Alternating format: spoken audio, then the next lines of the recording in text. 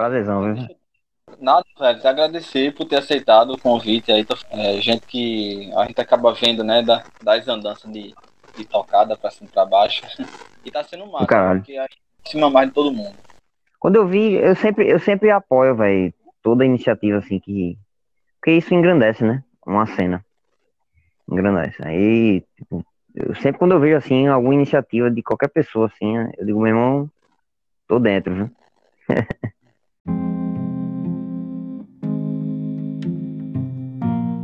Olá, eu sou Jari Tavares e você está em mais um episódio do Repercuta Podcast. Aqui um espaço para os bateristas, percussionistas, músicos, mas não só isso, para você também que gosta de arte e também de boas histórias, mesmo que você não toque nenhum instrumento, mas aí você vai encontrar aqui muitas histórias interessantes que vários convidados nossos compartilham conosco. E antes da gente ir para o novo episódio, deixa eu dar alguns recados aqui para vocês. No último episódio, que foi um bate-papo com o Thiago Sabino, o de número 12, eu tinha deixado também um espaço aqui e um recado para vocês enviarem mensagens, sugestões, reclamações lá no direct de nossa página no Instagram, o repercuta.pod. E aí, visto também a repercussão desse episódio com o Thiago, a gente tem aqui a presença de uma pessoa que vem escutando os episódios e que nos mandou um recado. É a seguidora Flávia Souza. A gente abre aspas aqui para ela porque ela fala: não tinha como não deixar aqui meu depoimento sobre o podcast com o Thiago Sabino. Sou fã e esse cara não tem ideia do quanto ele contamina os amantes do rock e da bateria com sua paixão e sabedoria no campo da musicalidade. O cara é um entendedor e multiplicador de como se constrói a identidade de um artista. Parabéns pela entrevista, amei. A gente que agradece, Flávia. Fica o convite para continuar conosco nos próximos episódios. E é isso, se você tem algum recado, envia pra gente também, que eu vou ter o prazer de aproximar um pouco mais de você também aqui dentro dos episódios, além lá da página no Instagram. Se você também não segue, fica à vontade, a gente tem alguns conteúdos exclusivos para lá também. Sobre as plataformas, a gente continua com todas aquelas: Deezer, Spotify, Amazon, os agregadores do Android, o Podcast Addict, Overcast, Castbox, e a gente tem um link na bio, também na página do Instagram, e aí lá você consegue acessar todas as plataformas, escolher a que você achar melhor, e é isso. E a gente também tem uma novidade: a partir de fevereiro farei o máximo para que a gente consiga trazer esse conteúdo. Assim, você que já vem acompanhando, você sabe que o Repercuta é quinzenal, mas a partir de fevereiro tive a ideia de trazer mais um episódio extra. E aí, normalmente, como a gente tem produzido episódios de bate-papo, esse episódio extra eu sempre vou tentar trazer algum episódio temático, sabe? Então tem alguns filmes que eu tô afim de trazer pra cá, livros, enfim. Então fica ligado, e fica ligado na página também, que você vai saber até antes, quando essas novidades estiverem no mundo.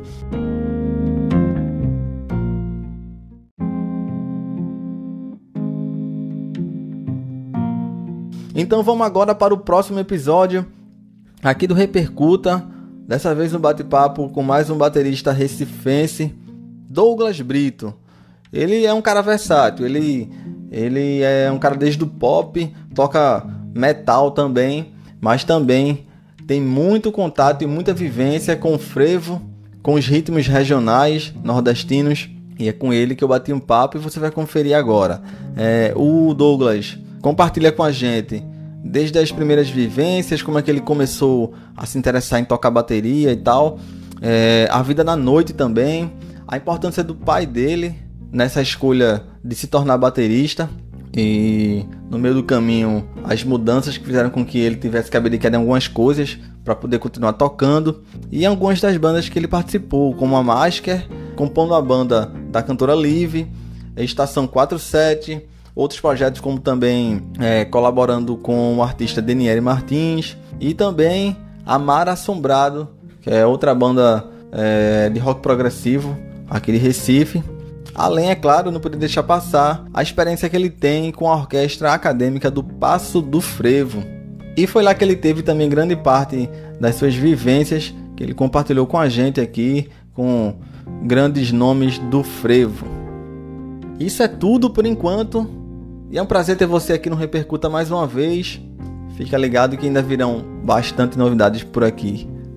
Vamos então para esse que é o episódio do número 13, um bate-papo com o baterista Douglas Brito. Seja muito bem-vindo, muito bem-vinda.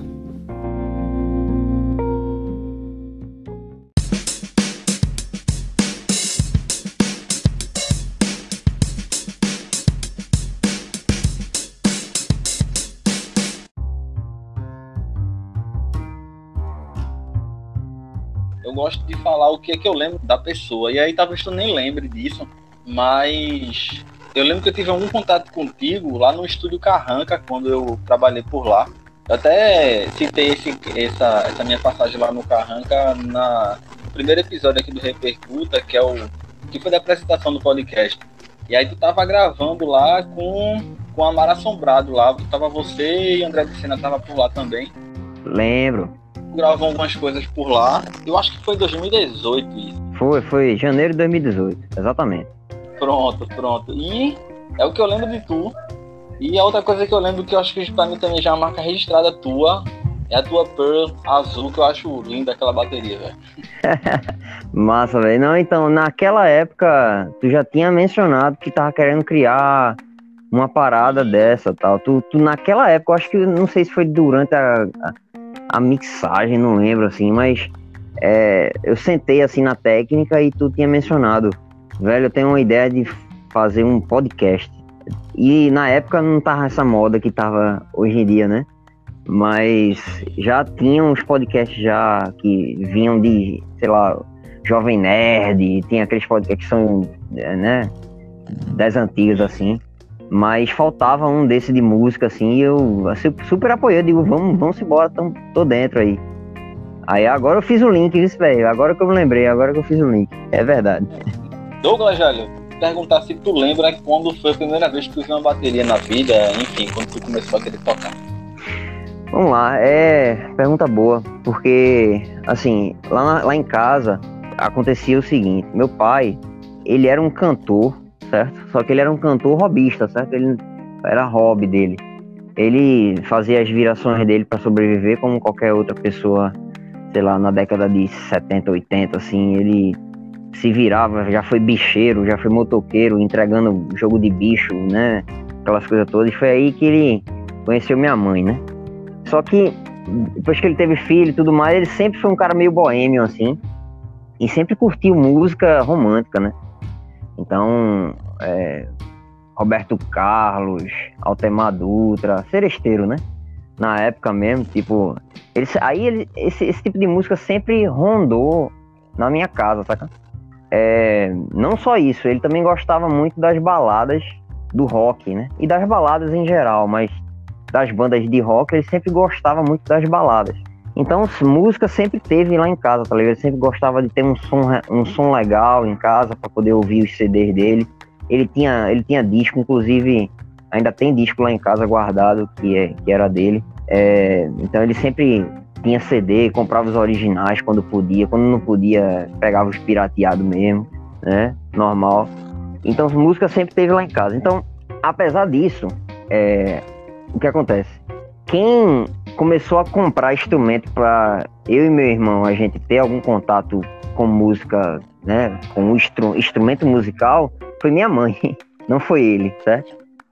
Por alguma razão que eu não sei, é coisa da vida, assim. E minha mãe comprava aqueles brinquedinhos de criança e tal. Então, um desses brinquedos, ela comprava violão, aquele violão que tinha 4 cordas que nem afinava. Aí comprava aquelas sanfona que até rolava um sonzinho de sanfona e tal, das antigas isso, meu irmão, tipo, década de 90, isso aí. Um desses brinquedos musicais, assim, foi uma bateria pra criança, certo? Que eu lembro, porque a lembrança é um pouco vaga, porque isso faz tempo, né? Eu acho que eu devia ter uns, sei lá, 5 anos, 6 anos. Mas, assim, era um brinquedo. Só que eu lembro que eu gostava muito. Eu acho que por conta do barulho até. Minha mãe deu fim.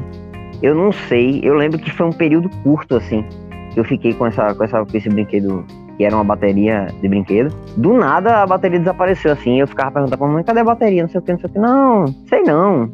perdeu, não sei o que, tipo, alguém deu fim na bateria, eu acho que por conta do barulho. Na época eu não tinha essa consciência, né? Mas hoje, olhando em retrospectiva e vendo assim, até alunos meus mesmo que são novinhos, assim, que há um instrumento para eles, eu percebo que o barulho sempre é uma questão, né? Para quem é baterista e tal. Então, eu acho que aconteceu isso comigo.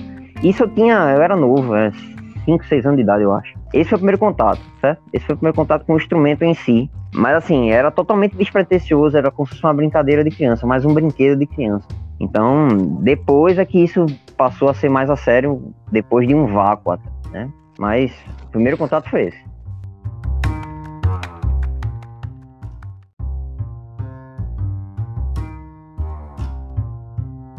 Esse vácuo, né, durou até, eu acho que 2005, assim, um vácuo, vamos dizer assim, por interesse em aprender um instrumento, vamos dizer assim, né? Porque aí quando foi em 2005, eu lembro isso claramente, assim, eu fui na Rua da Concórdia com minha mãe e o cara, o pirraia, né, quando vai na Rua da Concórdia, já vai pedindo, né? Mãe, compra um violão pra mim, não sei o que, aí foi o que aconteceu comigo, eu pedi a ela um violão, né? Então, ela comprou o violão, assim, viu que tava num preço acessível, comprou o violão e tem esse violão até hoje, né?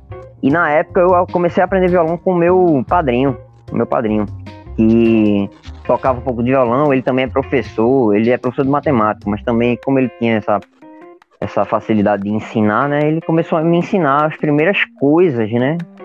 Que faziam parte, assim, do universo da música no violão, a partir do violão, né? Então ele me ensinou o que era o tampo, como é que funcionava a acústica do violão, não sei o que, e os primeiros acordes. Só que isso também, paralelamente, eu também tava, sei lá, eu era quarta série, eu acho. 2005 não. 2005 eu era quinta série, exatamente, quinta série. Culminou de que minhas notas na escola ficaram baixas. Eu acho que foi coincidência, porque eu também não era tão aplicado no violão não, entendeu? Mas foi coincidência, minhas notas ficaram baixas, então, tipo, eu escanteei um pouco o violão para focar nos estudos na época, nos estudos tradicionais.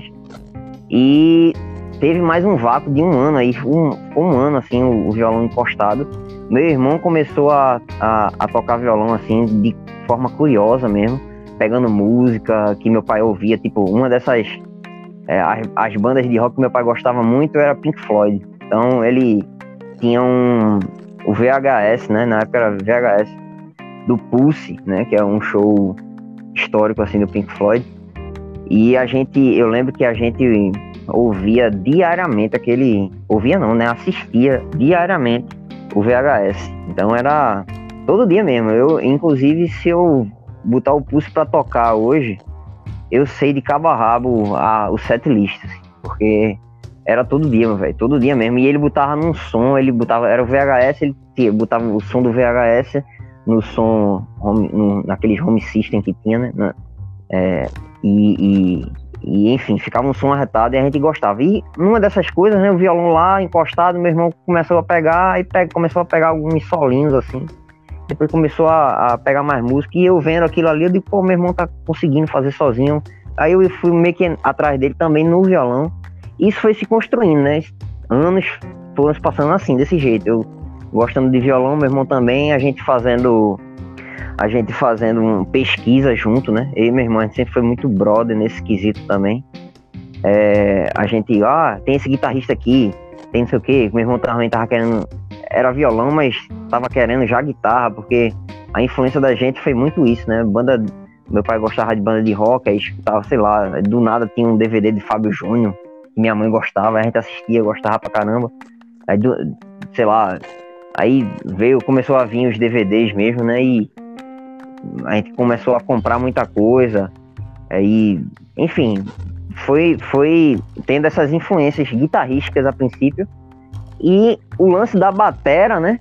Veio um pouco depois, assim, quando, numa dessas pesquisas de DVD e não sei o que, a gente chegou à banda Dream Theater.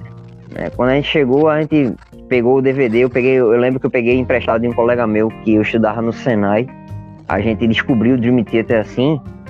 Uma das grandes influências, antes de chegar no Dream Theater, uma das grandes influências da gente querer realmente aprender mais música música assim, de tocar assim mesmo, foi o Guitar Hero, velho.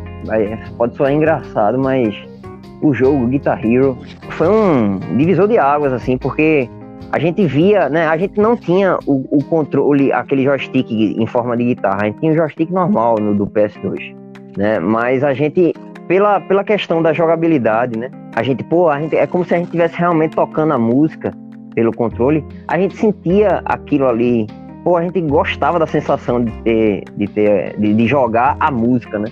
Aí, velho, se a gente fizesse isso na vida real, seria melhor ainda. Então, isso foi uma influência, né? Pode parecer engraçado, mas eu sempre menciono isso. O Guitar Hero foi uma grande influência também na questão, tanto minha quanto do meu irmão, da gente querer aprender música mesmo, assim, né? Tocar na guitarra mesmo, tocar no violão, que seja. Né? E numa dessas andanças, num desses Guitar Heroes aí, que tinham até os pirateados do Guitar Hero, que a galera fazia os moods, né? Que a galera colocava música que não tinha no jogo original, e a galera conseguia colocar músicas assim, mais difíceis até.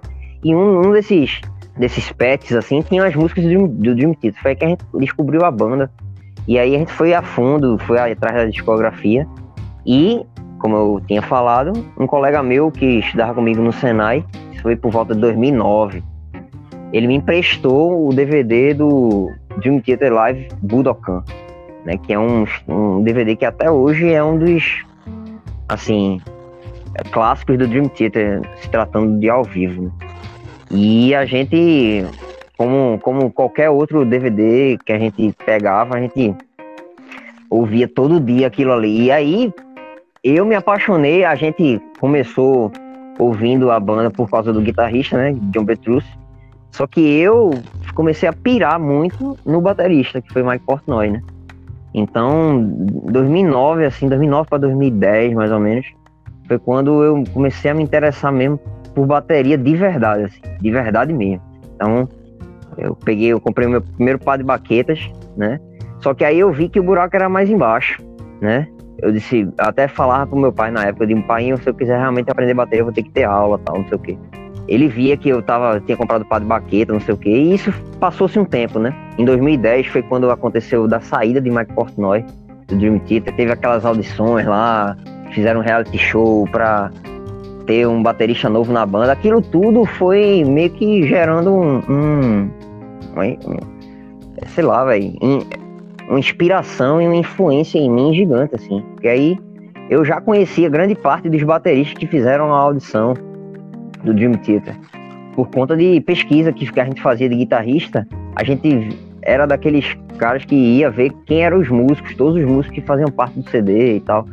E, enfim, eu já conhecia Vigil Donati, já conhecia Thomas Lang, já conhecia Aquiles Priester, logicamente, né, que foi o brasileiro que foi pra audição. Marco Mínima conhecia, mas conhecia pouco, por causa de Paul Gilbert. Enfim, isso foi gerando uma influência em mim gigante. E aí, quando foi em 2011 para 2012, certo? Foi quando a gente decidiu, realmente eu vou pra batera, porque meu pai sempre foi um cantor robista, de hobby, só que ele sempre se deu mal, assim, com bandas, né? Ele nunca conseguiu montar um grupo dele. Então, meu irmão já tava tocando guitarra bem, já chegou até a acompanhar meu pai em algumas apresentações que ele fazia, assim, pra festa particular, enfim, e confraternizações. E eu ficava lá, né, meio que vendo aquela movimentação e disse, velho, eu queria participar dessa coisa, assim. E não tinha o instrumento, né, na época. E aí, quando foi, meu pai, a gente decidiu, pronto, vai ser bateria, vai, beleza, massa. Aí quando foi, isso eu já era adolescente velho, já tinha 16, 17 anos, mais ou menos. E aí, quando foi em 2012, a gente conseguiu comprar uma bateria usada de um colega do meu pai. Era uma bateria que estava encostada, assim, do filho do meu colega. E era uma Pearl Sport, velho. Já era uma Pearl Sport já era a Pearl Sport que eu tenho até hoje. Só que vou chegar lá na bateria azul, certo? Vou chegar lá. Essa batera que eu comprei, que meu pai comprou, na verdade, ela era uma bateria verde abacate, aqueles verde meio tinha da Pearl Sport, e ela era aqueles power tones, né? 12, 13, 16, 22. Só tinha o corpo. Aí a gente comprou a bateria. Meu pai comprou a bateria. Eu não tinha como tocar ainda. Veio com pedal, mas não tinha hi-hat, não tinha máquina de escala, não tinha caixa. E aí foi que eu descobri que bateria se vendia tudo separado. Quem vende, né? Você pode comprar tudo separado, tudo junto, mas sair mais caro, enfim. Aí foi nessa época que eu descobri isso. E aí a gente foi atrás de uma máquina de timbal barata, um caixa barato, só pra eu ter o instrumento completo pra poder treinar, né? Aí a gente comprou tal, beleza. Foi passando-se o tempo, passaram-se alguns meses, infelizmente, né? Pronto, eu já tava podendo treinar. E aí foi que eu disse pra pai, eu preciso matricular numa escola pra poder aprender mais rápido e tal. Aí ele, beleza, aí a gente foi atrás, eu fui lá no Minami, aí eu me matriculei no Minami, né? E as aulas começavam em agosto de 2012, né? Só que quando chegou julho de 2012, velho, dia 31 de julho, último dia de julho, meu pai faleceu. E isso foi um baque, assim, pra todo mundo, que ninguém esperava. Ele era um cara boêmio, sempre foi, mas a gente não esperava que ele faleceria. Ele faleceu de ataque fulminante. E isso foi um baque, assim. Na época, eu já tinha prestado vestibular. Não tinha prestado vestibular pra música, na época. Eu tinha feito curso técnico, como eu tinha mencionado. Tinha feito curso técnico no Senai de eletrônica. Tinha gostado razoavelmente da área, mas gostava mais da parte que a gente mexia no computador. Então eu acabei fazendo vestibular para engenharia da computação. E passei, fiz e tal.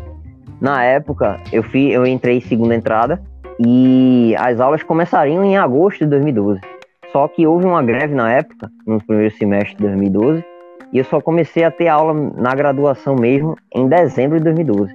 Já estava matriculado, inclusive, nas aulas de música, né, lá no Minami. Uma semana depois do meu pai ter falecido, eu digo, não, eu tive toda a questão do luto, refleti muito durante os meses que eu não estava tendo aula de engenharia, né?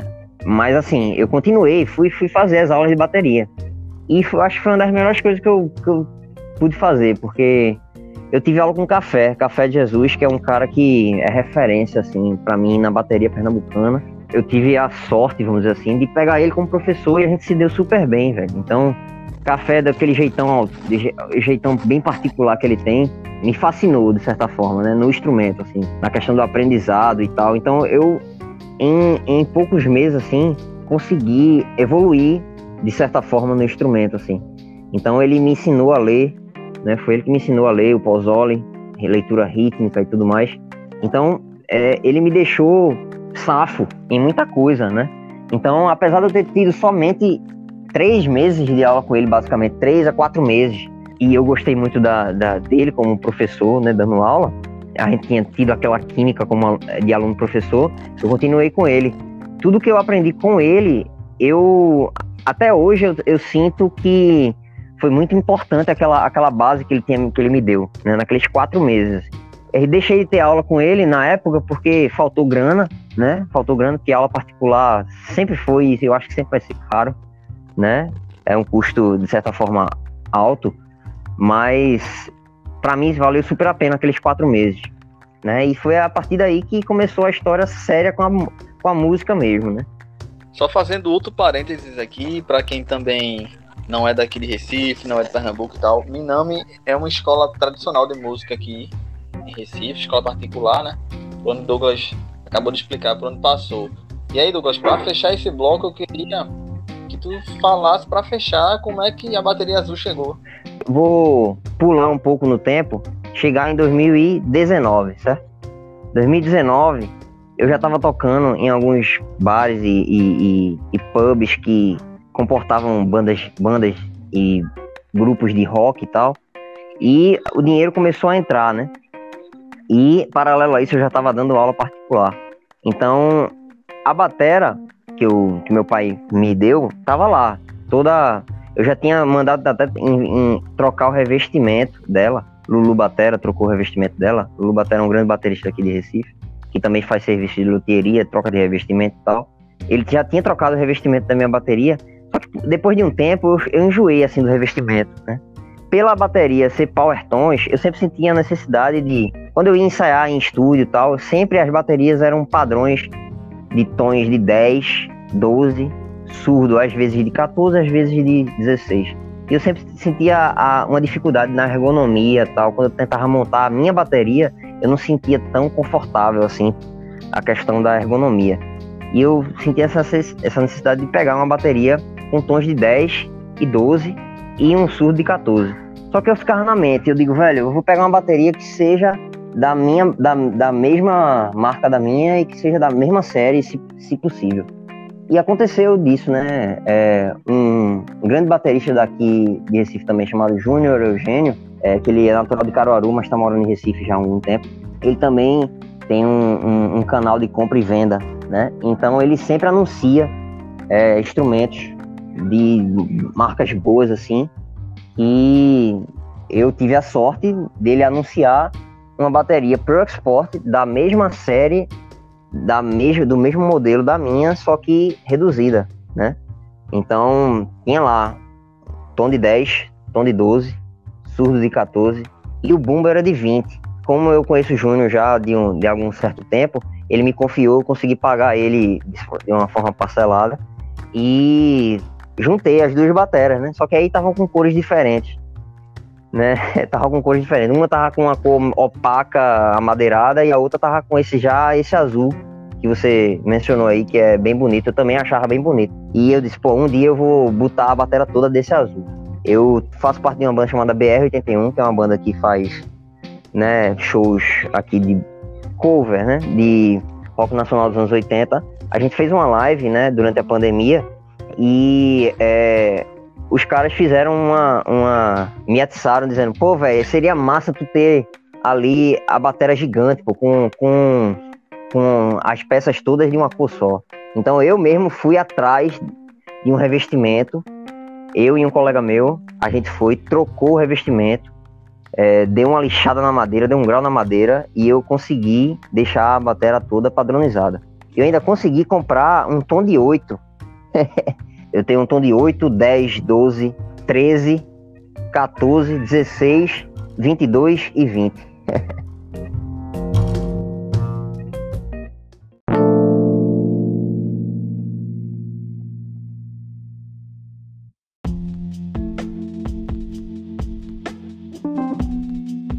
A gente já tá meio que entrando na questão do teu set. Tipo, aproveita e explica também o que é que tu usa de pele, baqueta, prato. Certo, beleza. As peles que eu tenho na minha bateria hoje em dia são as peles que eu comprei para fazer a gravação do disco da Masker em 2017. Eu comprei as peles para fazer uma gravação, não tinha essa bateria gigante ainda. Eu usei a bateria do estúdio Darkside, que é um estúdio daqui de Recife que dá uma abertura gigante assim, para bandas de metal e tal. E aí a bateria que tinha lá era uma bateria gigante, né, de 3 tons, 2 surdos e tal. E eu, na época, consegui investir, né, num jogo de peles da Evans SC2. E a de bumbo é a EMAD 2. Então é um set, é um kit de peles bem bom, assim, bem legal. E depois da gravação eu né, logicamente tirei da bateria do estúdio, fiquei pra mim e esperando o momento de ter uma bateria gigante, né, pra poder colocar, né, o set nessa bateria gigante. Chegou o momento, né? Então desde do meio do ano passado que eu troquei as peles, tá com essas peles, né? A bateria é uma Pro Export, né? Pro Export dos anos 90, com as canoas inteiriças. Eu acho fantástica a bateria. Baqueta eu gosto muito das Vic Firth. Então a baqueta que eu mais me sinto à vontade é a Vic Firth 5A. Às vezes eu utilizo 5B em gigs que precisa de um peso maior. Então eu prefiro às vezes a 5B, mas se for escolher uma baqueta só, eu escolho a 5A da Vic Firth. Pratos é uma busca constante, assim, porque apesar de eu ser um cara que, né, comecei a tocar bateria em bandas de rock e metal e não sei o que, depois que eu comecei a estudar música mais seriamente, eu sempre fiz de tudo um pouco. Então eu já toquei em gig de jazz, já toquei até swingueira cristã, velho. Então a gente vai sempre buscando uma sonoridade mais versátil, né? Então eu comecei meus set de pratos com um set V8 da Sabian, e eu fui evoluindo, tentando comprar outros pratos um pouco melhores e tal. Hoje eu tenho no meu kit, né, um chimbal Domene, que é uma marca brasileira que fabrica pratos em liga B20. Um chimbal Domene, que é um chimbal que não tem série, ele é um chimbal one of a kind, que é uma particularidade da Domene. Eu tenho um prato de condução Domene também, Dry Hide, da série Fibonacci. Eu tenho um Crash de 17, de uma marca chamada Carpius, que também é uma marca brasileira, se não me engano, que é handmade, também em língua B20. Em relação a Crash Zildjian, a Custom de 18, que tá cortado, mas ainda tá com som arretado. Tenho Sabian Dark Crash de 15 polegadas. Eu ainda tenho outro Crash, que foi uma doação de um colega meu, chamado Fúria, de uma série chamada Fúria, da Steg, que também era de 18 e também tá cortado, mas ainda tem muito som. Ainda tenho um condução Sabian, série Signature, Will Cajon. Will Cajon é um batera de uma banda chamada Living Color, que eu adoro, e ele tem essa série junto à Sabian, e eu consegui esse prato, que também é de 21 polegadas. Splash, eu tenho um Splash SH de 8 polegadas, SH da marca Steg também. E ainda tem um outro chimbal da Feist 1001, da série 1001, que é B8, só que é um B8 bem especial, assim. Os B8 da Feist são bem diferentes dos B8 tradicionais que a gente vê por aí, né? Ainda esqueci de China. Eu tenho dois Chinas. Eu tenho um China de 14 da Sabian, que é muito legal, um mini China da Sabian. E tem um China que esse é o xodó, é um China de 20 da Zildjian, a Custom. Esse China é espetacular, velho. E isso tudo foi no tempo, né? Vai aparecendo um prato aqui, uma oportunidade ali. Infelizmente a gente não tá nos Estados Unidos, que a gente tem uma Guitar Center que tem todos os pratos ali à disposição da gente, com todas as séries, né? Pelo menos é o que dizem, né? Não, aqui a gente é na base da luta mesmo, na garra mesmo, de achar esses pratos assim, nos grupos de compra e venda que a gente sabe que existe aí, né? Compra e venda de usados, achando essas pérolas aí, né? Eu tenho sorte, assim, de ter alguns pratos legais, mas eu tô apostando muito nessa marca que eu mencionei, que é a Domene Symbols. Acredito que é uma marca que tem uma construção de pratos, uma concepção muito legal, assim, e eu tô apostando.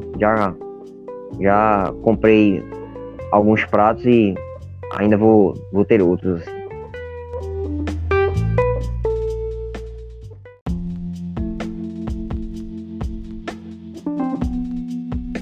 Paralelo à Orquestra do Passo do Frevo, né? Eu já estava tocando em bandas, assim, e eu cheguei a tocar na banda, na Máscara, né? Comecei a tocar com um projeto por conta do Adriano Forte. Ele me convidou para fazer parte da banda na época. Eu já tinha feito parte da Port Royal, aquela coisa toda. E meu nome chegou a ele. Aí ele me convidou para fazer. Ele estava fazendo esse projeto junto com o Marco Melo Caveira, que hoje é praticamente um irmão meu, né? Todos os projetos em que ele precisa de um baterista, ele me põe, e todo projeto que eu preciso de um guitarrista, eu ponho ele, né? E a partir dali, a gente começou a trocar ideia e trabalhar nas músicas da Máscara. Na Orquestra do Passo do Frevo, alguns integrantes da orquestra começaram a compor frevos autorais. E começou a ideia de gravar esses frevos. Então, concomitantemente à Máscara, eu estava gravando frevo, né? E concomitante aos frevos, eu estava gravando metal. Então, eu sempre tive esse lado versátil. Reflete bastante teu estilo, né? Reflete bastante teu estilo, Lucas, né? Vai desde do metal até do pop, que a gente vai falar mais na frente. Exato. Né? E também a música regional, a música local. Isso pra mim exato. E eu digo assim, velho, o interesse também em aprender a tocar realmente esses gêneros diferentes é até por necessidade.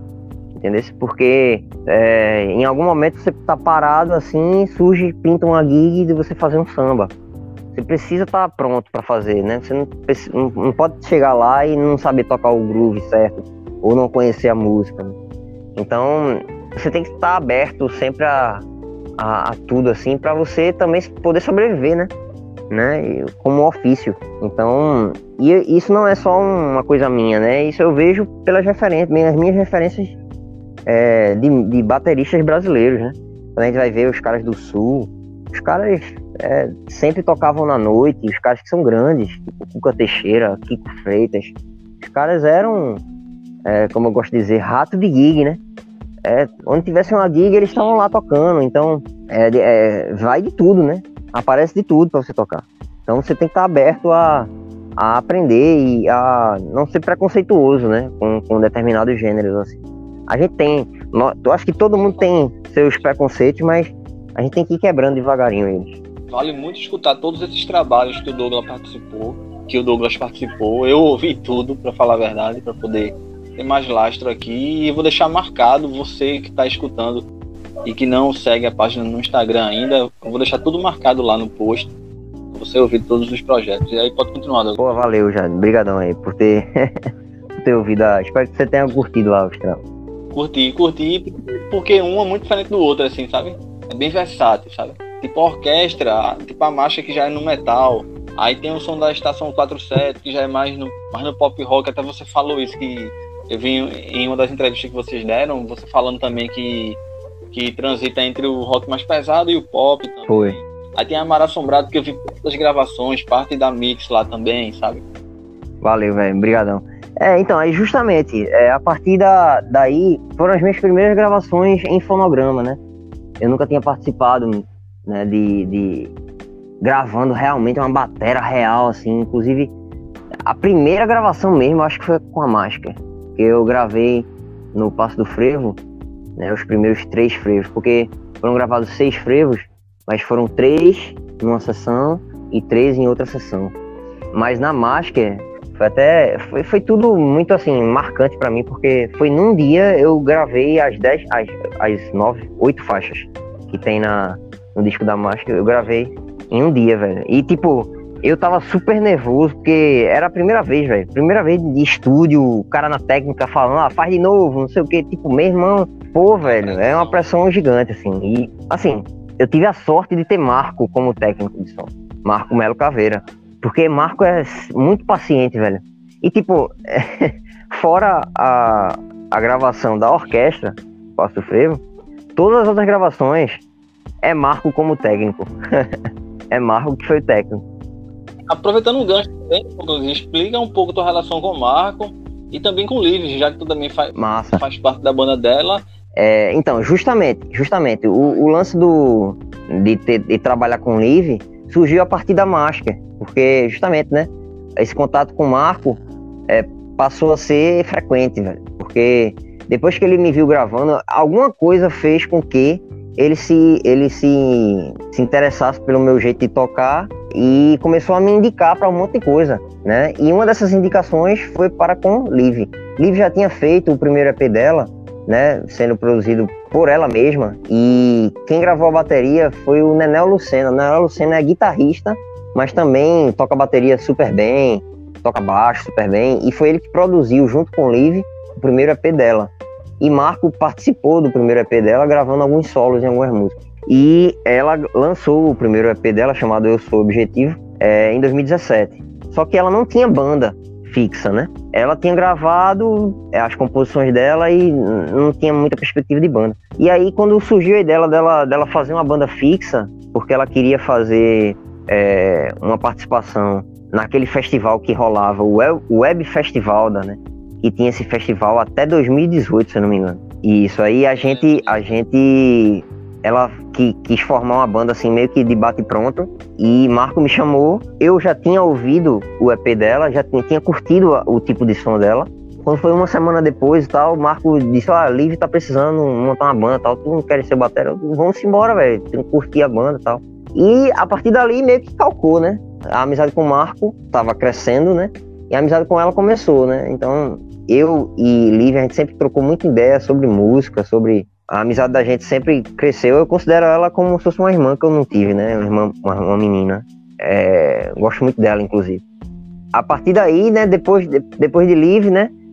A Máscara, infelizmente, logo depois que a gente lançou o CD, se desfez, né? A banda se desfez, se desbandou por várias questões, assim, mas todo mundo é amigo ainda, né? Mas cada um foi pro seu canto, assim. E em 2017 também, 2017 foi um ano bem agitado para mim, porque foi também a partir de uma indicação de Marco para André de Sena, que André me convidou para gravar o que viria a ser esse terceiro CD que foi lançado, Geografias Estranhas, do Mar Assombrado. Eu fiz até esse exercício, porque quando eu peguei o histórico de Douglas para ouvir tudo, como é o terceiro álbum da Mar Assombrado, eu fiz questão de ouvir os outros também, para ver até esse contraste, sabe? Para perceber esse contraste. Mas Douglas, ele participa do último álbum, como ele já falou, Geografias Estranhas. 2017 eu cheguei a gravar, né? Foi um ano bem legal, assim, para mim, bem marcante. Eu gravei no primeiro semestre o álbum da Máscara, os 3 primeiros frevos da Orquestra Acadêmica do Paço. No segundo semestre, os outros três frevos dos 6 da Orquestra Acadêmica do Paço e as 5 músicas, se não me engano, do Maluco e Robô, né? Que foi o segundo EP lançado de Live. E quando foi em 2018, em janeiro de 2018, foi quando eu gravei as baterias do que viria a ser o Geografias Estranhas do Mar Assombrado.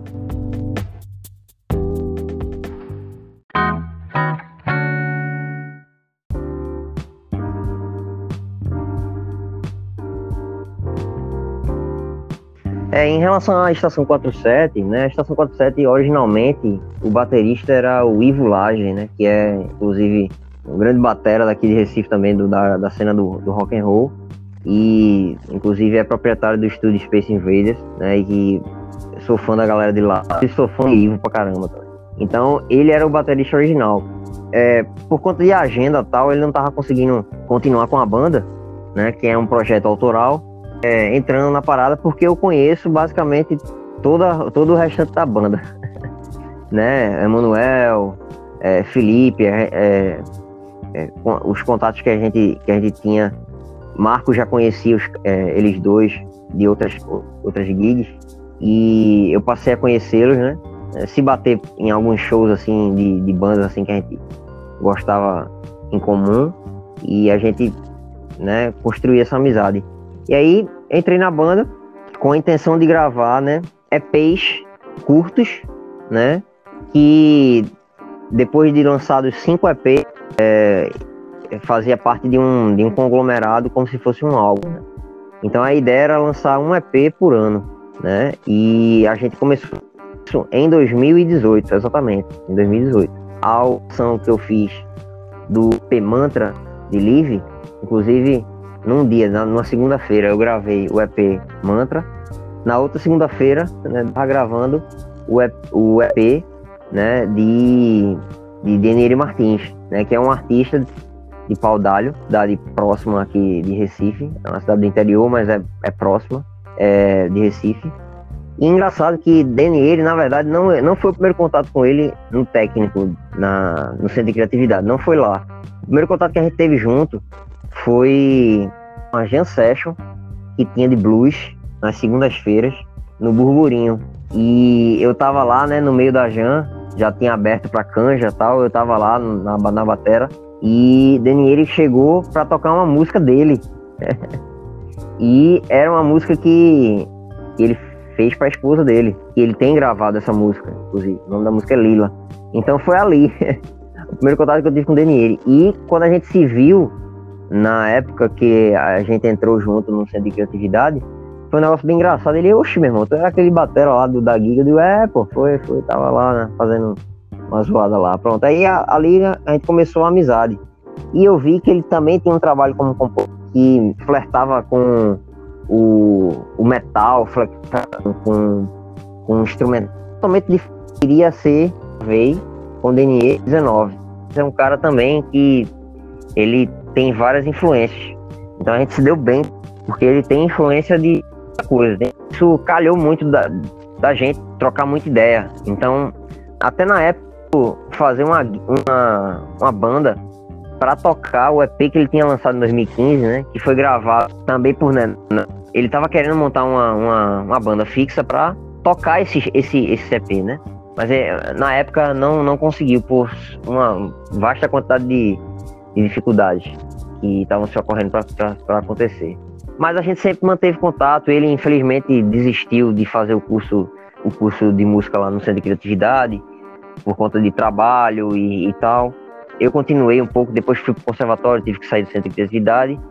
Mas a gente, que é uma banda de metal daqui de Recife também, que o baterista é amigo meu, Marcelo Dias, também foi aluno de Café, então tudo interligado, né? Então a gente sempre manteve contato, e depois que ele saiu da Camus, ele focou, ele sempre, paralelamente a Camus, sempre compôs, né? Então compôs música autoral própria, então ele quis realmente focar nisso. Então ele conseguiu ganhar um concurso na cidade dele, Canta Paudalho, o nome do concurso, e conseguiu um recurso, né, financeiro, para conseguir fazer o CD dele, né, um disco próprio de músicas autorais. E aí ele me convidou para gravar as baterias. Então eu gravei ao todo 6 músicas, né, mas ele está lançando as músicas em formato de single. Então uma música chamada Mãe, né, que foi lançado no Dia das Mães de 2020, e uma música chamada No Seu Ouvido, que foi lançado no segundo semestre, né, no segundo semestre de 2020. Mais recentemente foi lançado o que eu tinha gravado do Mar Assombrado em 2018, né, o Geografias Estranhas. Em termos de gravações, foi o que eu tive a contribuir. Você citou aí Marcelo Dias, ele esteve aqui no episódio 2 e te citou também, Douglas, como um dos caras em que, de certa forma, ajudou ele também a entrar nessa coisa da noite, de tocar na noite. E aí eu aproveito, velho, queria focar agora assim, na verdade é uma pergunta que meio que vai incluir a BR-81. Era para tu falar rapidamente sobre a vida da noite e tal. E se tu tem alguma história interessante, sabe? Enfim, da rotina dos bares e tal. E história tem bastante. No caso de Marcelo, né, só para fechar esse gancho com o Marcelo, a gente, por ter esse contato já com Café, na época que ele já tinha aula com Café antes de mim, já fazia tempo já, e a gente sempre trocou ideia, assim, a gente é parecido, o biotipo da gente é parecido, né, 2 magos, né, de cabelo castanho e tudo mais. Então muita gente às vezes confunde, tipo, pô, tu não era aquele baterista da Cama? Não, pô, é Marcelo, tipo, porque é o mesmo biotipo. Mas a gente sempre trocou ideia também. Eu sempre indiquei Marcelo quando tinha que indicar algum batera, quando eu não podia fazer. Eu não sei, acredito que ele também tenha feito isso comigo. Mas em relação a tocar na noite, né?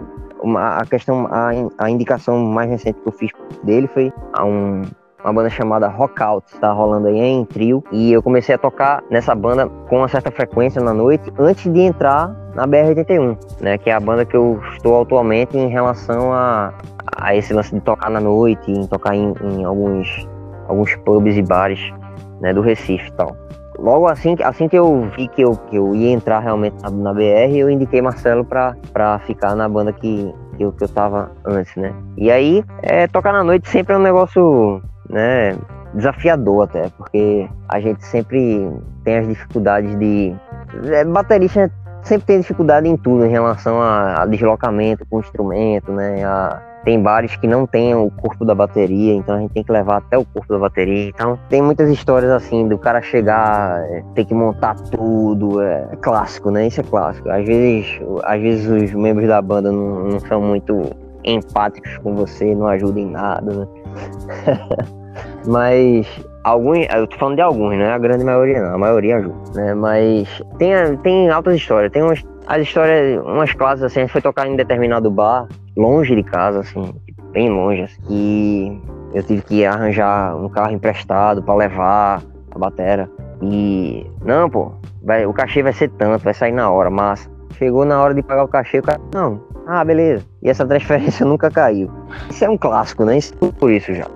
Nessa banda anterior, a gente já foi tocar em determinados ambientes que, pô, velho, a gente tava tocando assim, daqui a pouco não tinha mais ninguém no bar. A gente, pô, velho, não faz sentido a gente tocar mais. Tipo, tava a gente tocando para os garçons, tá ligado? Então, tipo, infelizmente acontecem essas questões, né? Mas, enfim, tem histórias assim de colegas meus, né? Nunca aconteceu comigo, mas tem história de ter briga no bar e tudo mais, né? Nunca aconteceu comigo, não, mas gente bem próxima, assim, já... Tocar em bar sempre é desafiador, tanto em gig da noite, assim, de Recife, quanto em gig de underground, né? Do underground, porque eu fiz parte de gigs underground, né? Tanto com a Masker, a gente chegou a fazer shows em Arapiraca, aqui em Recife também, fez em Paudalho, e com outras bandas também, gigs underground, com Live, a gente chegou a tocar. Acho que ao vivo, eu acho que eu não cheguei a tocar em festival assim, né? Com a Estação 47.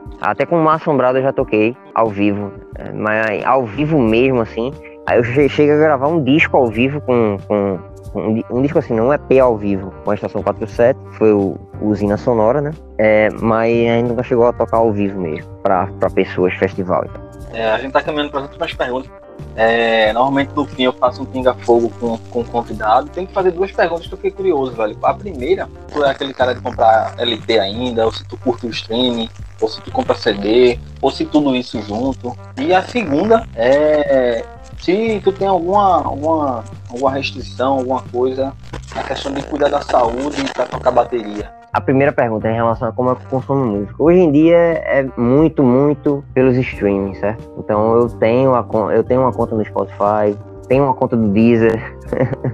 Aí você vai achar estranho, né? Que eu tenho no meu plano de celular, de internet de celular, eu já tenho incluído o Deezer também. E é massa porque tem coisa que tem no Deezer e não tem no Spotify e vice-versa. Então eu acabo achando alguns materiais que eu não encontro em um e encontro em outro. E assim vai. Mas eu prefiro escutar música. Isso eu acabo consumindo música mais assim pela questão da praticidade, né? A gente tá sempre com o celular na mão, a gente tá sempre, hoje em dia, né? Tá sempre com o celular na mão e tá tudo. Quando quer ouvir determinada música, é só colocar lá. Com fone de ouvido você consegue, pelo menos, curtir a música lá. Mas pra parar, eu preferiria, né? Ter um CDzinho. Vinil é uma coisa que eu peguei a rebaba da rebaba, né, do vinil. Meu pai faleceu, mas ainda tem vinil guardado lá em casa, só que a gente não tem onde tocar. Eu queria muito, em algum momento, poder comprar um toca-disco com um sistema de som razoável. Eu prefiro um sistema de som legal, ver todos os detalhes com boa monitoração. Eu prefiro, assim, pra curtir a música de verdade, assim, pra parar pra ouvir. Mas no dia a dia eu acabo consumindo muito nos streams, né? E a questão de cuidar da saúde pra tocar bateria. Na verdade, eu sou um cara bem careta, assim, em relação a vivência, né, do dia a dia assim normal. Eu não bebo bebida alcoólica nem fumo, né? E não consumo nenhum tipo de droga lícita ou ilícita. Então isso já me facilita assim para ter disposição para tocar, certo? Eu sempre fui um cara ativo, assim, fisicamente, porque quando eu não tinha uma moto, eu tenho hoje em dia, eu me locomovo de moto, mas quando eu não tinha uma moto, eu me locomovia muito de bicicleta. Então, isso me ajuda. Na época que eu tocava metal mais frequentemente, pedal duplo e tudo mais, eu lembro que eu não tinha tanta dificuldade de fazer levadas e tudo mais, porque eu tinha essa atividade física mais plena, assim, todo lugar eu ia de bicicleta, velho. Tipo, tinha situações assim de eu ir pro ensaio, eu ia com um bag de pratos nas costas e ia pro ensaio de bicicleta. A galera da banda, às vezes, meu irmão conhece da onde? Eu digo de São Martim. Eu ia às vezes ensaiar no Space Invaders, que é em Boa Viagem. Dá alguns quilômetros aí, né? Aí, tipo, eu ia de bicicleta, entendeu? Era o meu único meio de locomoção. Se eu fosse de ônibus, ia gastar uma nota. Se de bicicleta. Isso me ajudava, né? Isso me ajudava bastante. De um tempo pra cá, depois que eu adquiri a moto, eu fiquei meio preguiçoso nesse aspecto, assim, de atividade física. Mas eu tô retomando devagarinho. Eu tô retomando devagarinho, porque é importante o cara cuidar da saúde e principalmente baterista, porque baterista usa o corpo todo, velho. Usa o corpo todo, o cérebro praticamente todo para poder tocar. Então é importante você se ligar nisso aí. Para quem é batera, é importante se ligar na saúde, velho. Porque se o seu corpo não funcionar bem, você não toca bem, não. E isso também vale pra mente, né? Se a sua mente também não estiver boa no dia, você também não consegue render. Então corpo e mente tem que estar saudável.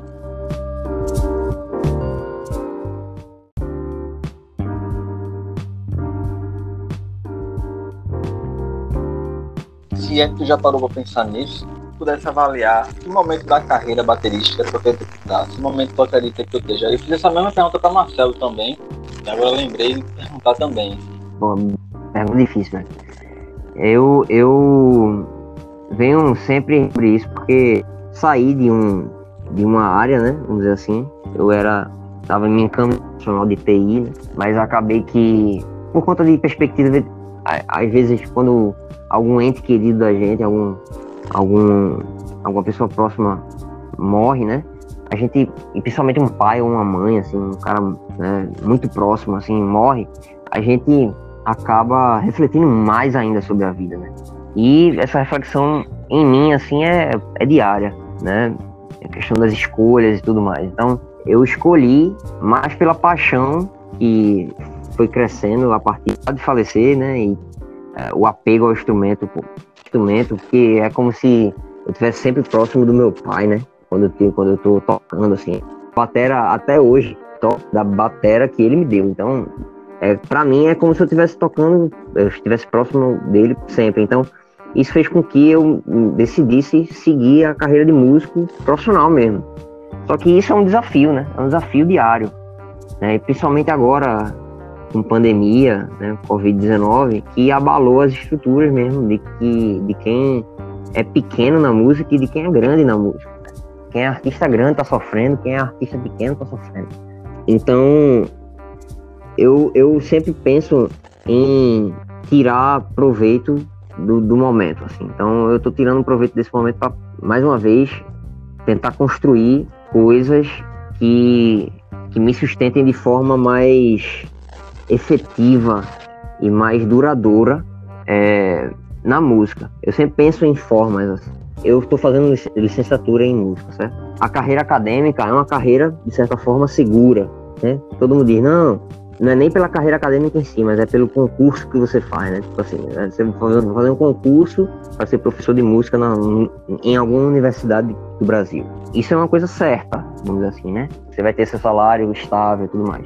É lá, né? Até eu prestar esse concurso, eu tenho que também me sustentar, né? Então, eu até preferiria não precisar de um concurso, né? Para poder me sustentar na vida de músico, né? Às vezes isso é o ápice da carreira do cara, se tornar estável, né?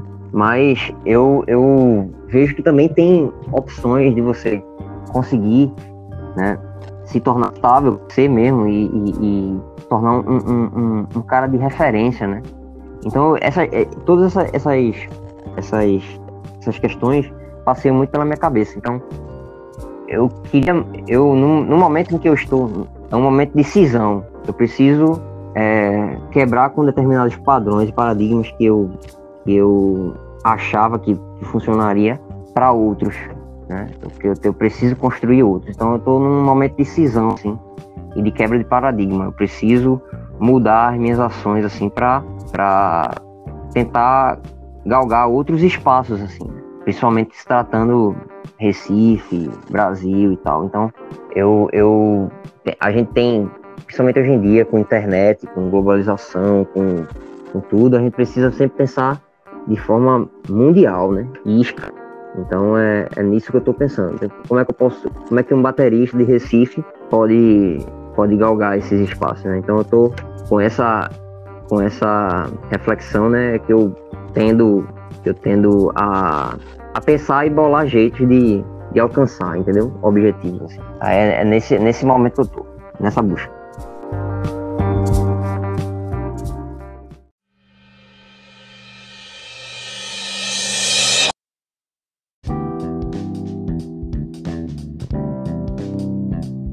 Uma música que te representa. A Change of Seasons, do Dream Theater. Um disco que te representa. Puta que pariu, velho. É difícil, porra. Pera aí. Calma aí. Eu vou botar o Passo de Anjo, da Spock Fever Orchestra. Um livro que te inspira. Livro, bicho. Vamos lá. Eu vou botar o Senhor dos Anéis, porque eu gosto pra caralho, velho. E toda a alegoria que tem, né? Porque não é só a história fantástica em si, mas é toda a alegoria que você pode fazer com alegorias e as analogias com o mundo real que você pode fazer com a história ali, né? É muito profundo ali. Agora, um filme, Douglas. Um filme. Na verdade, um filme mesmo é A Origem. Eu gosto pra cacete. Tem algum programa de TV ou série que tu curta? Tem sim. E é recente, velho. É Dark. A série de TV, Dark. Douglas Brito, o primeiro show que tu fez, o primeiro show que tu tocou? Foi em 2014 com a Intruders em Caruaru, velho. Foi o primeiro show como baterista.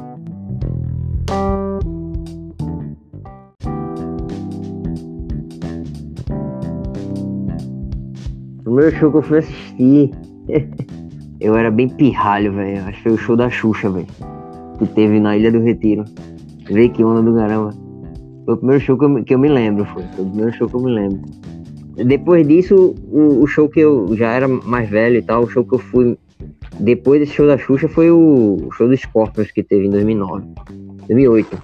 Mas fica com o show da Xuxa que é mais engraçado. Primeiro disco ou CD que eu tenha comprado na tua vida? Que eu tenha comprado. Caralho. Deixa eu lembrar aqui isso. Meu irmão. Eu vou falar um DVD, porque o DVD que eu realmente juntei uma grana pra comprar foi um DVD. E eu gostava de comprar original, né? O DVD que eu comprei original, que eu lembro assim de ter, porra, foi um DVD de Steve Vai, chamado Live in Minneapolis. Eu indiquei um DVD porque na época que eu comecei a juntar grana pra comprar material de banda, assim, e de artista que eu gostava, o CD já não tava rolando muito, os streams já tava rolando, né? Mas eu cheguei a comprar CD mesmo. CD, eu lembro que eu comprei o Dark Side of the Moon, foi quando eu comprei o Dark Side of the Moon do Pink Floyd, edição especial, que vem 3 discos. Tipo, também foi marcante pra caramba pra mim. Então, enfim, vou ficar com esses 2. Douglas, cita 5 bateristas que sejam referentes pra você. O primeiro da lista é Adelson Silva, sem nenhum titubeio. O segundo da lista eu vou botar Mike Portnoy, porque foi por causa dele que eu comecei a me interessar realmente pelo instrumento. Terceiro, um dos que eu mais me influencio até hoje é Virgil Donati. Pra não ficar só na gringa, eu vou indicar Kiko Freitas, que é um dos bateristas brasileiros que eu mais gosto, assim, de estilo, de concepção, de tudo. E deixa eu ver aqui, falta um. Eu vou botar mais um brasileiro do rock, certo? Que é um cara que, assim, você pode falar algumas coisas do cara, mas em termos de profissionalismo ele é uma referência gigante pra mim, que é Aquiles Priest. Tipo, algo que tu considere como um erro na tua carreira baterista? É uma boa pergunta, velho. Rapaz, como batera, vamos lá, não ter me arriscado de cabeça, não ter entrado de cabeça antes, né? Acho que foi um erro meu, assim. Acho que no começo era pra eu ter, é isso aqui mesmo, e ter me jogado realmente, ter me desvinculado da universidade mais cedo, da Universidade de Engenharia da Computação mais cedo, e ter me jogado de cabeça mais na música mais cedo, assim. Teria perdido menos tempo. Acho que isso foi um erro na carreira. Eu esperei muito pra poder decidir. Agora um acerto. Um acerto. Não ter medo de me arriscar a fazer as coisas, assim. Porque às vezes tem uma oportunidade, às vezes bate na... Vou contar um caos aqui rápido, que foi o seguinte.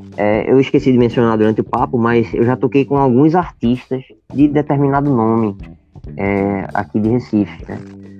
Eu toquei com o Marrom Brasileiro, né, em 2019, e toquei com Ceceu Valença, que é o filho de Alceu Valença, que também tem uma carreira solo, também em 2019, né?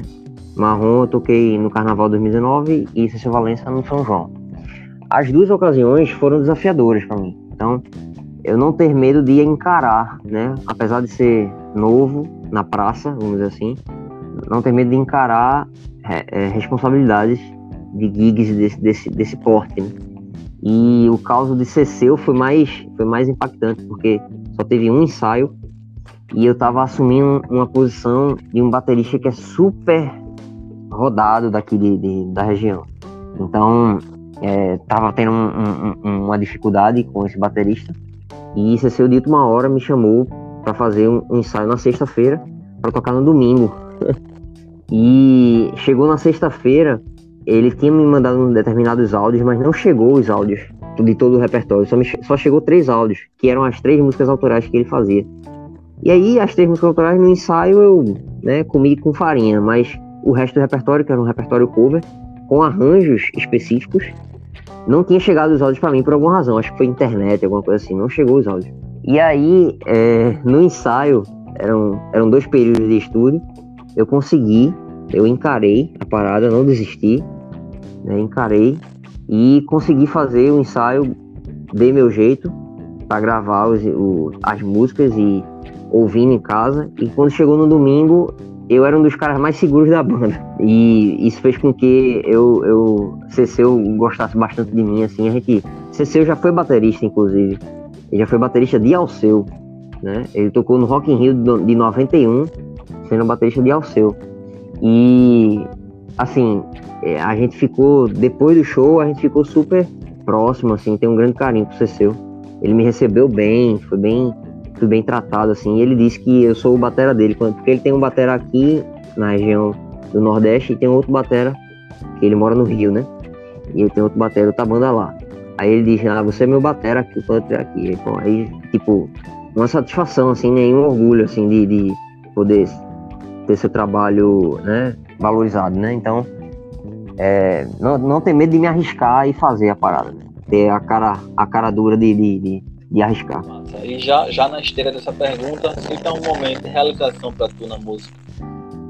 Ter escutado o disco pronto da Mask, assim, foi bem impactante, assim.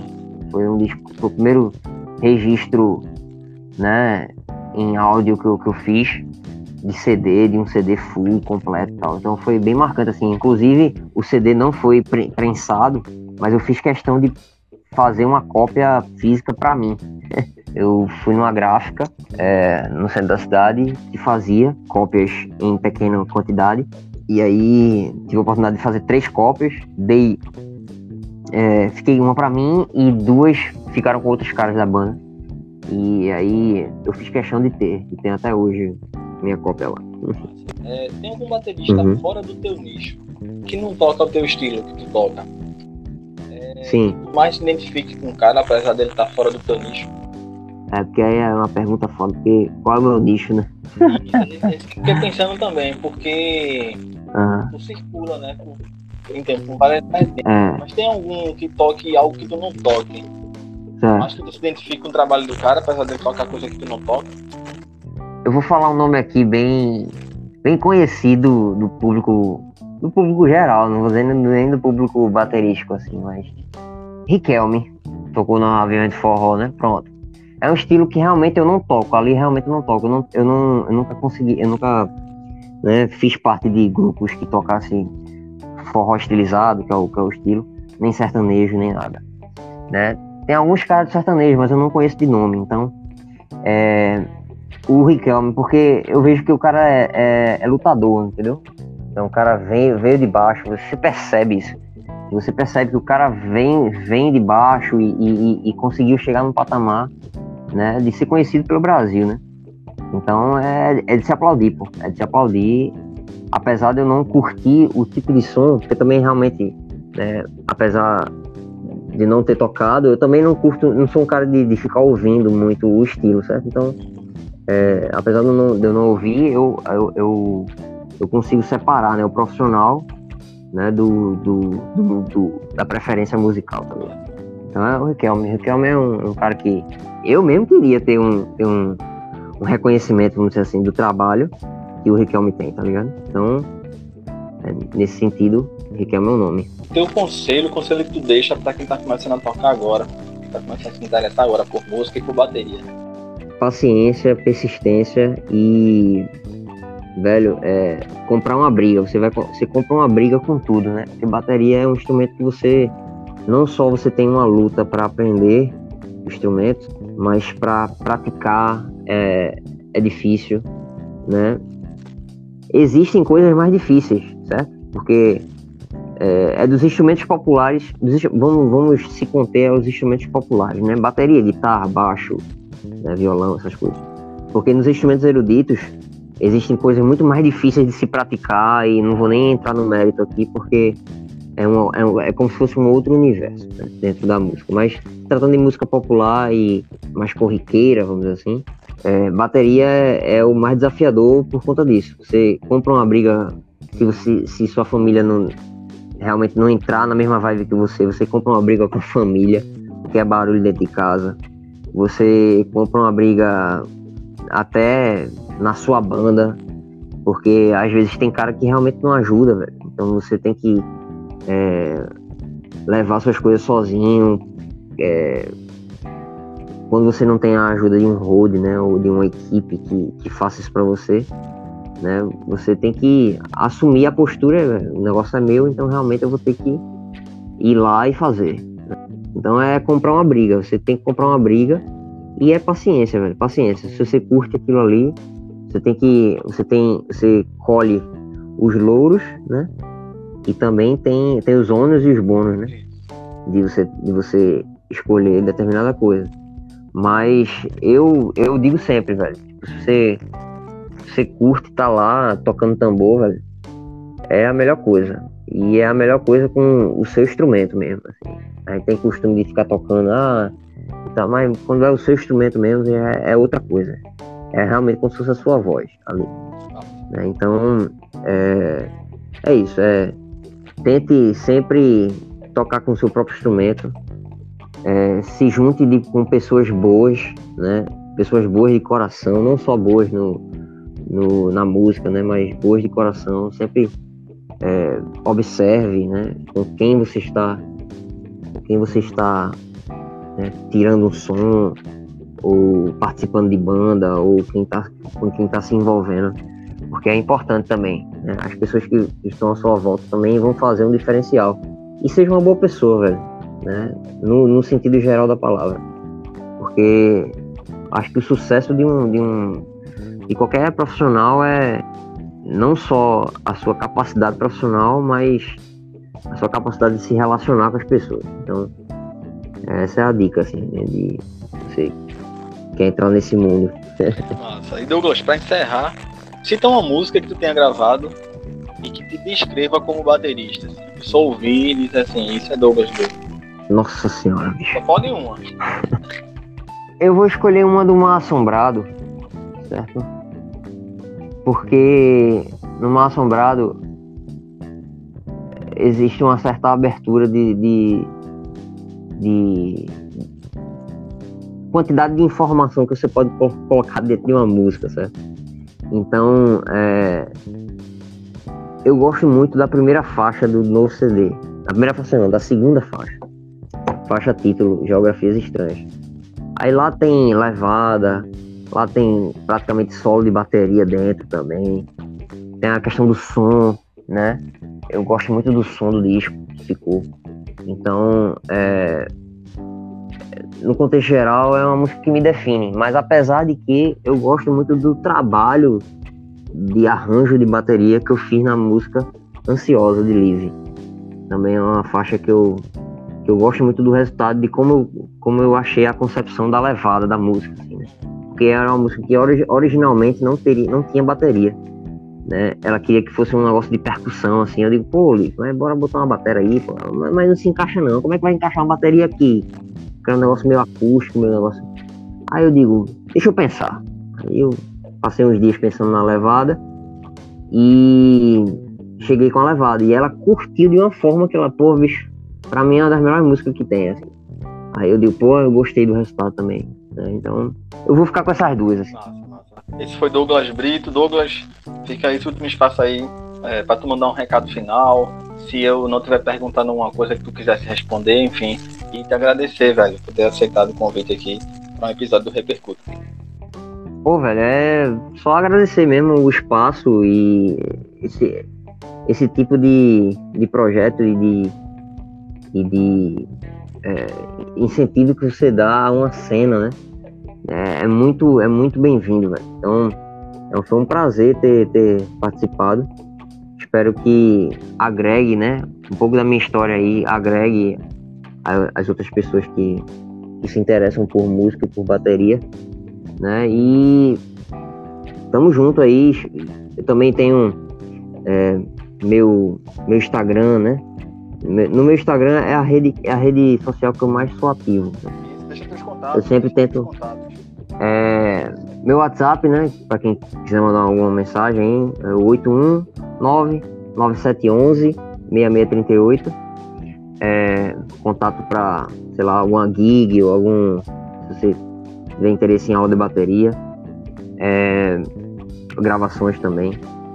Minha rede social, né, @DougBritoOficial, só que é o Brito, o O do Brito é o mesmo O do oficial, e são com 2 Fs, né? O Doug Brito Oficial. É o @Doug Brito Oficial, é o Instagram. Lá no Instagram eu sempre posto, né, coisas que eu estou estudando, ou então coisas que eu estou fazendo, né, no momento. E a ideia é que eu consiga engatar novos projetos aí. Então fiquem ligados lá no Instagram para quem curte bateria e principalmente bateria pernambucana, né? Tô dando um spoiler aqui do que vai ser a temática dessas publicações. Então a ideia vai ser explorar mais esses conceitos da bateria pernambucana e quem a faz, né? Então fica ligado lá. Também tem um Facebook, né, que tá atrelado ao meu Instagram. Mas se você botar lá Douglas Brito no Facebook, você me acha tanto a página pessoal quanto a página, né, do seguir lá no Facebook. E basicamente é isso, né? Muito obrigado aí já pelo espaço, foi uma honra, certo? Espero que tenha vida longa, o Repercuta aí, e conte comigo aí para o que precisar aí, velho. Valeu, tamo junto.